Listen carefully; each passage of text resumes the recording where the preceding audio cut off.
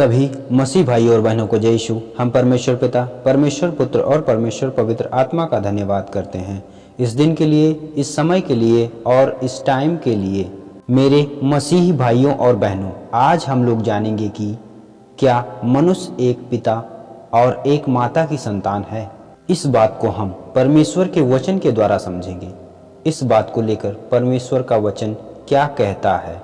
फिर परमेश्वर ने कहा, हम मनुष्य को अपने स्वरूप के अनुसार अपनी समानता में बनाएं और वे समुद्र की मछलियों और आकाश के पक्षियों और घरेलू पशुओं और सारी पृथ्वी पर और सब रेंगने वाले जंतुओं पर जो पृथ्वी पर रेंगते हैं अधिकार रखें।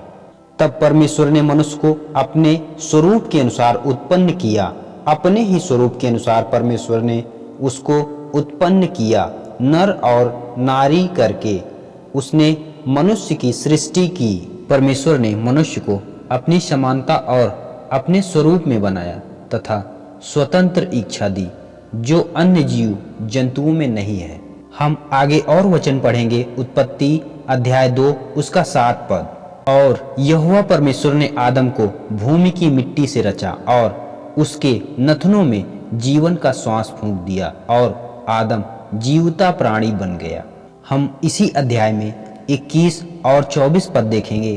तब यहोवा परमेश्वर ने आदम को भारी नींद में डाल दिया और जब वह सो गया तब उसने उसकी एक पसली निकालकर उसकी जगह मांस भर दिया। और यहोवा परमेश्वर ने उस पसली को जो उसने आदम में से निकाली थी स्त्री बना दिया और उसको आदम के पास ले आया। और आदम ने कहा, अब यह मेरी हड्डियों में की हड्डी और मेरे मांस में का मांस है, सो इसका नाम नारी होगा, क्योंकि यह नर में से निकाली गई है। इस कारण पुरुष अपने माता पिता को छोड़कर अपनी पत्नी से मिला रहेगा और वे एक तन बने रहेंगे। मेरे मसीह भाइयों और बहनों, मानव परमेश्वर की अनूठी एवं श्रेष्ठ सृष्टि है। जानवरों में शरीर और प्राण होता है परंतु आत्मा नहीं होती है। परमेश्वर ने मनुष्य में आत्मा डालकर अपनी समानता और अपने स्वरूप में बनाया। इस कारण मनुष्य में विवेक है और वह भले बुरे का ज्ञान रखते हुए उसका चुनाव स्वयं कर सकता है।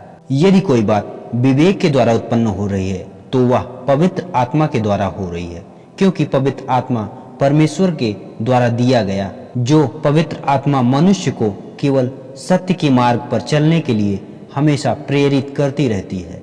और जब हम इस आत्मा की बात को सुनते हैं और उस पर चलते हैं तभी हम सिद्ध पुरुष और सिद्ध स्त्री बनते हैं। मेरे मसीह भाइयों और बहनों, यदि आप किसी मनुष्य को जाति, धर्म, गरीबी, अमीरी के कारण हीन समझते हैं तो आप उसका अपमान करते हैं, जो इस पृथ्वी का रचनाकार है, जिसने हम सबको अपने हाथों से बनाया। हम उसका अपमान करते हैं। इसलिए हमें हर व्यक्ति के साथ आदर और समानता का बर्ताव करना चाहिए। यदि हम किसी मनुष्य का निरादर करते हैं तो मनुष्य का निरादर परमेश्वर के स्वरूप और उसकी समानता का निरादर है। जिसने हमें बनाया है हम उसकी निंदा कर रहे हैं। और वो बनाने वाला कौन है? सिर्फ और सिर्फ हमारा यहोवा परमेश्वर है। हम आगे और वचन पढ़ेंगे। मरकुस अध्याय 12 उसके 29 पद से 31 पद तक। यीशु ने उत्तर दिया, सब आज्ञाओं में से यह मुख्य है, हे इज़राइल सुन, प्रभु हमारा परमेश्वर एक ही प्रभु है। और तू प्रभु अपने परमेश्वर से अपने सारे मन से और अपने सारे प्राण से और अपनी सारी बुद्धि से और अपनी सारी शक्ति से प्रेम रखना। और दूसरी यह है कि तू अपने पड़ोसी से अपने समान प्रेम रखना। इससे बड़ी और कोई आज्ञा नहीं। हम आगे और वचन पढ़ेंगे। पहला यूहन्ना अध्याय 4 उसके 20 पद से 21 पद तक। यदि कोई कहे कि मैं परमेश्वर से प्रेम रखता हूँ और अपने भाई से बैर रखे तो वह झूठा है, क्योंकि जो अपने भाई से जिसने उसे देखा है प्रेम नहीं रखता तो वह परमेश्वर से भी जिसे उसने नहीं देखा प्रेम नहीं रख सकता। और उससे हमें यह आज्ञा मिली है कि जो कोई अपने परमेश्वर से प्रेम रखता है वह अपने भाई से भी प्रेम रखता है। पड़ोसी से अपने समान प्रेम करने की बात इसलिए कही है कि पड़ोसी भी उसी आदि पिता और माता की संतान है।